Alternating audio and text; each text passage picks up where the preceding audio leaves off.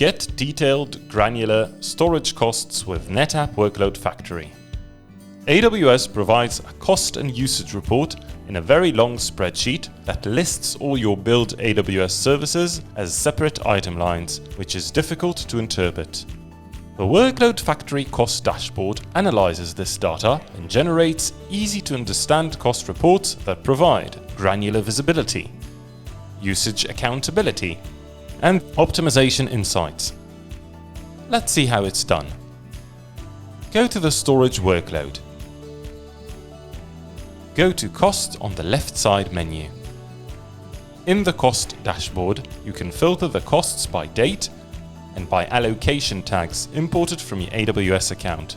In this example, we filter the Amazon FSx for NetApp ONTAP file systems we want to inspect by owner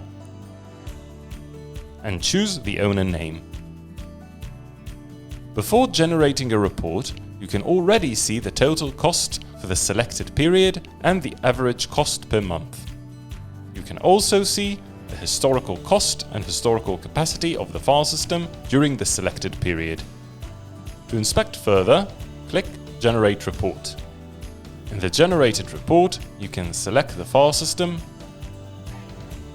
and a specific volume to isolate the volume's cost.